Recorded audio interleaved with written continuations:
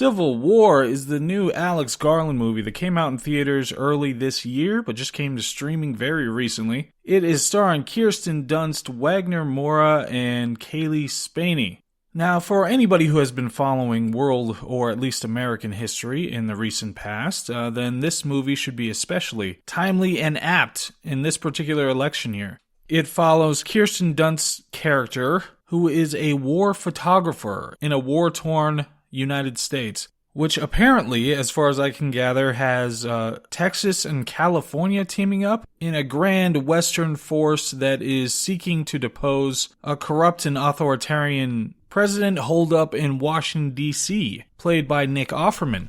Now, I was highly anticipating this movie because Alex Garland, we've had our differences, and I've had my differences with viewers who notice those differences. But I liked seeing Kirsten Dunst in this kind of a lead role. Alex Garland at least has some ideas in the movies that he releases, and so I was looking forward to this one. So I will start with the good from the movie. It was well acted. I think Kirsten Dunst, and especially Wagner Moura from Narcos, right? And even Cailee Spaeny did decent jobs, even though the latter is pretty young. I don't know how much experience she has, but I think she did a pretty decent job in this kind of a movie.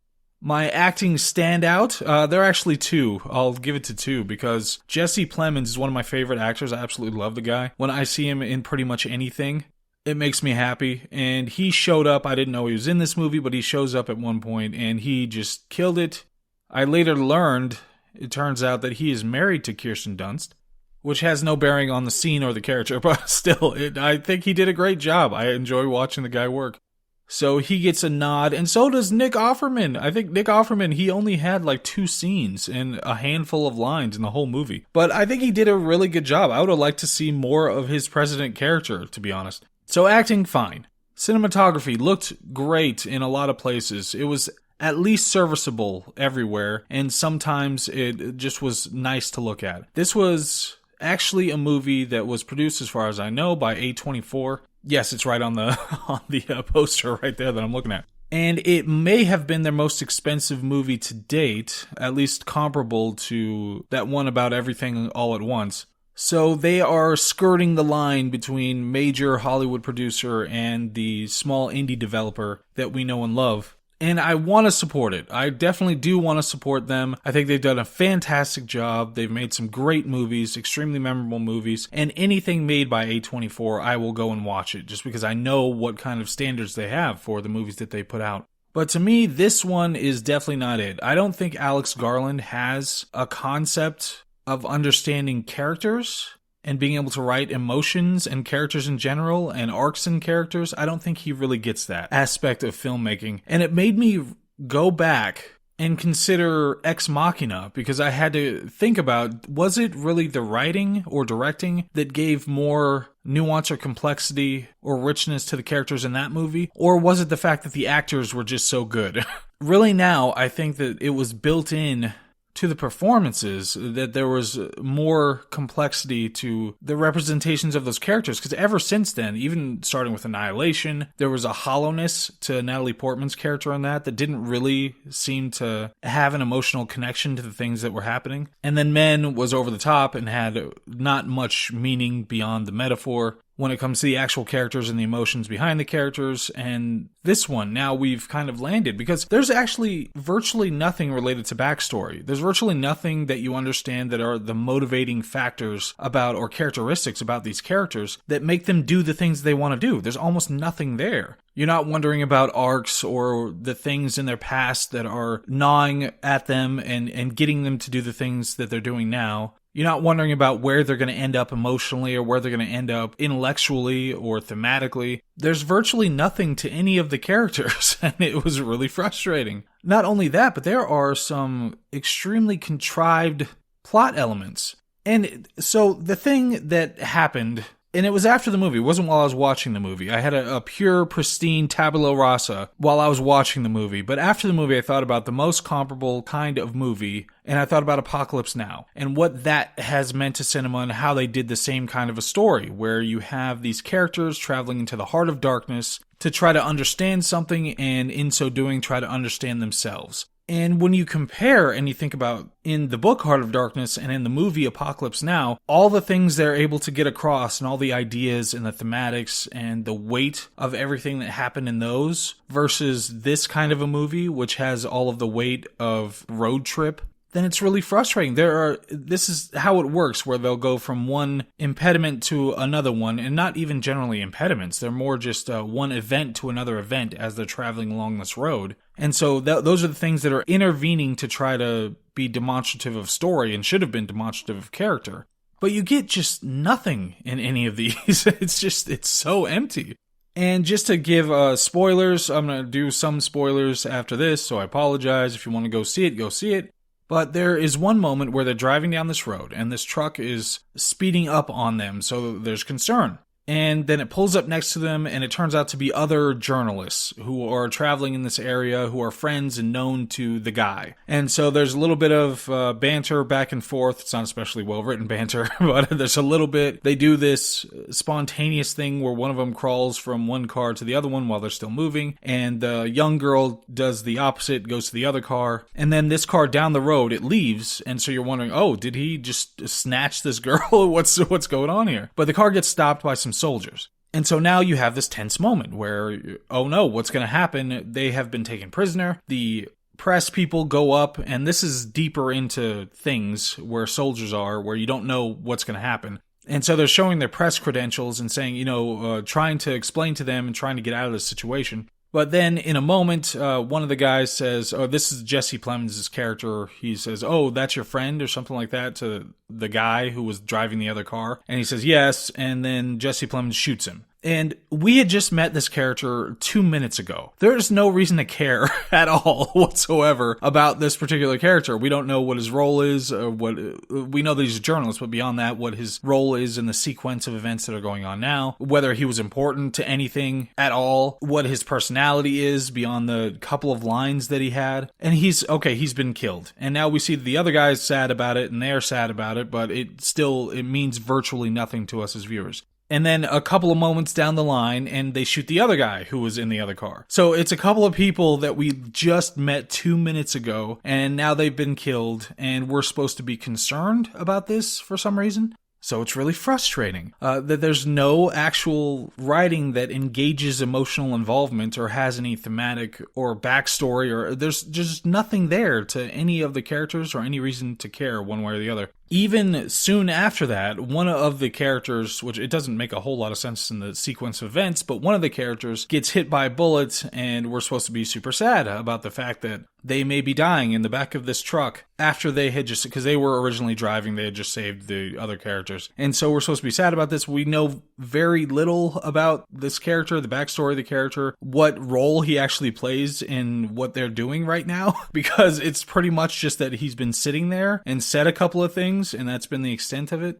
There's also very little put behind the fact that they're photographers. Like, what does it matter? Does it really actually matter that they're photographers, or that they're going to get this story versus not get this story? Is there some deadline that's coming up, or their paper is about to fail, or there's something really important about chronicling this event in American history? Any of that, is any of that set up? No, it's really, really hollow. And so you go along, and like I said, I don't think the filmmaker has a concept of being able to create emotional moments or engaging moments like that. And there was a little bit of this in Annihilation, where the things that were supposed to be emotional or backstory or have significant weight just didn't. They didn't have the significance that they should have, and I think it has a lot to do with the director and the writer not really understanding how to do that in this context. But here, it's the same thing. There are things in the last battle I actually liked a lot. It re-engaged me once we got to the end, to the last battle. But it was still empty thematically, and that's one thing that you can at least say, that it did not take a stance politically, which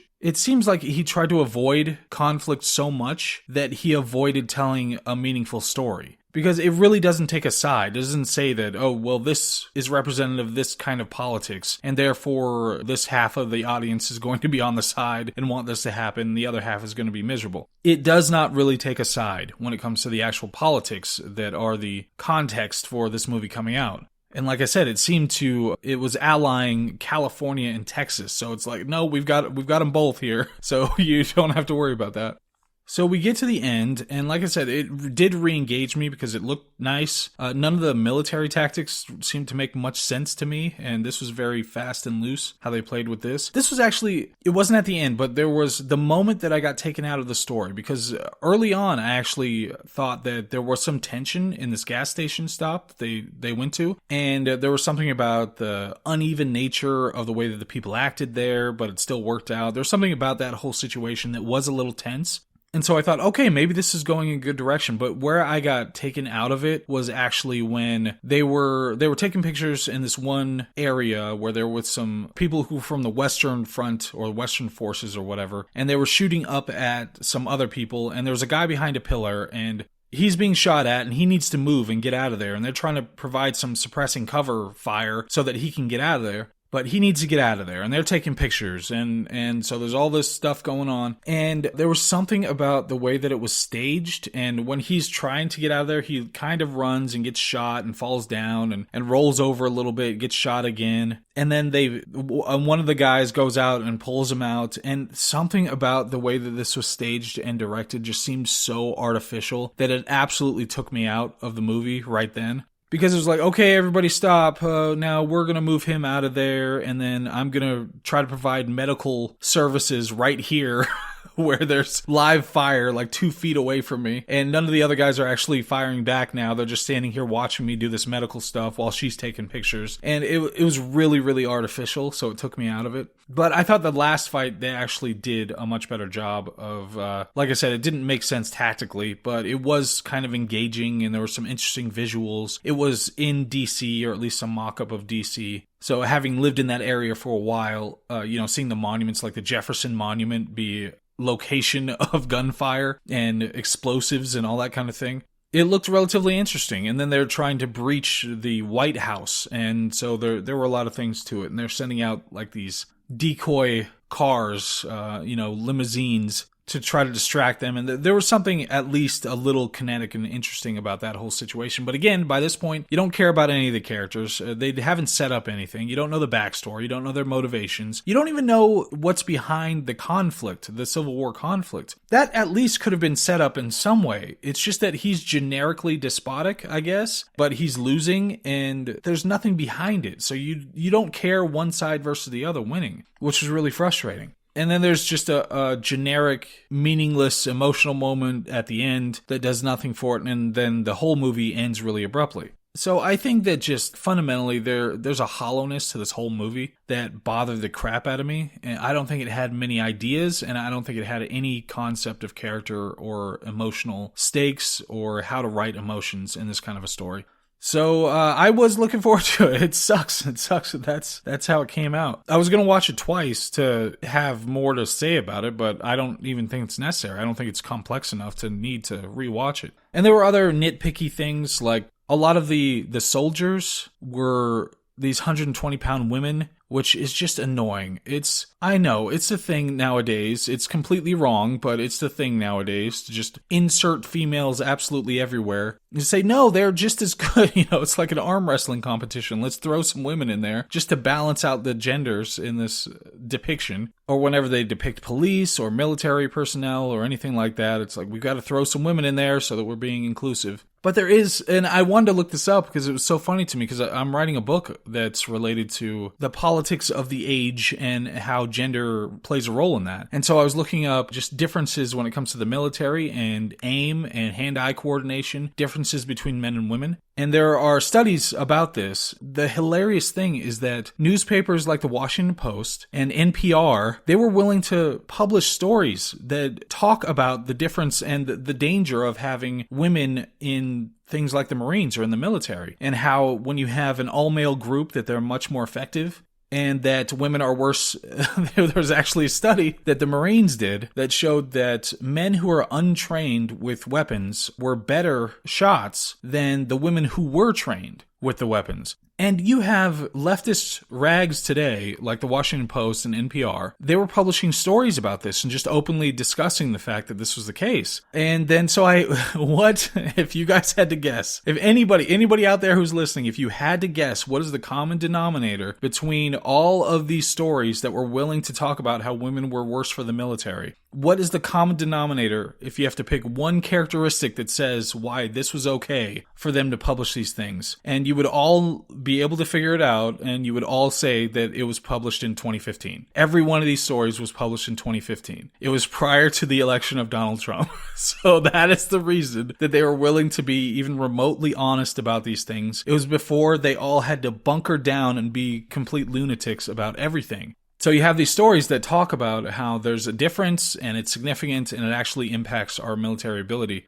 to have women in these roles. So it's a tiny nitpicky thing. Nobody in this movie in particular did a poor job or anything like that when they were in the military roles, just being the fact that they were female or anything like that. But it annoys me because you know that was the reason that they wanted to make sure to diversify the military force. So it takes you out of the movie when you see those kinds of things.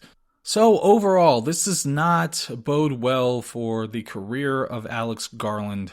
I thought that over time he would develop more of a knack for film writing in general and film directing, that he would have more complex characters and be able to work through more complex and interesting ideas. I just think he got bolstered so much by Ex Machina because it was such a cool concept and executed well, that he felt like, okay, well, I don't have to grow anymore. You know, I know what I'm doing, obviously. And it's like this M. Night Shyamalan effect where it's like you come out with a movie that is, you don't really understand why it's so good. It's not necessarily that it's overrated, but it's just that you don't understand why it resonated so forcefully. And so you think that you're good. You know what you're doing. And then you keep trying to do that and it doesn't work for the rest of your career. And you don't know why, but that's just how it is. And Alex Garland may be going through something similar. But nice visuals. Kirsten Dunst doesn't take any shade from having been in it. She did a very good job. She's an enjoyable actress. Jesse Plemons obviously nailed it, and he's going to go on to do great things, I'm sure. Wagner Moura, he was the best acting role. He did the best work. He had the most range that he had to go through in this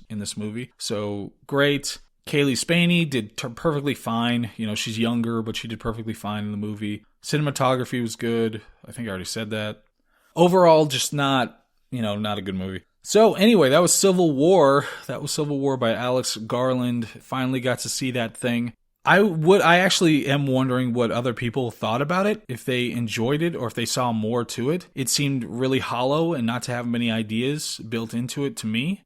I'm trying to work out the war photographer aspect of it with a civil war in the United States, and what thematically could that possibly mean, what emotionally, what metaphors is it trying to work off of, but I'm getting nothing. And either way, it's just it felt really pointless and hollow throughout the whole movie, so I don't want to go back and watch it again to try to pull anything out of it. But if any of you guys saw more stuff out there, then I'd appreciate it. I do think it does represent something about the neutered effect that the politics has on art, that somebody has to put out something so meaningless, and it might be a reaction to the reaction to Men, because Men was so experimental, even though it really, at its core, had very few ideas that were operating there. It was more experimental visually, and the ideas behind it, behind the actual filmmaking, like having one actor play a whole bunch of different characters to represent men in general. At least that was trying something, that was doing something, but I don't see anything happening here. So if you guys have any ideas about what it means beyond the surface level of what this story is, then I would love to hear it. Like I said, at a broader point, I think it represents this nullification of the ability to have political disputes and be able to tell stories about them and still be on the same page, because we don't have anything shared anymore. And so you have this kind of neutered project that comes out that doesn't really say anything because he's worried about saying anything. So it's sad, but it is what it is. Anyway, that's Civil War. Hope all is well, and I'll see you on the next one. All right, bye.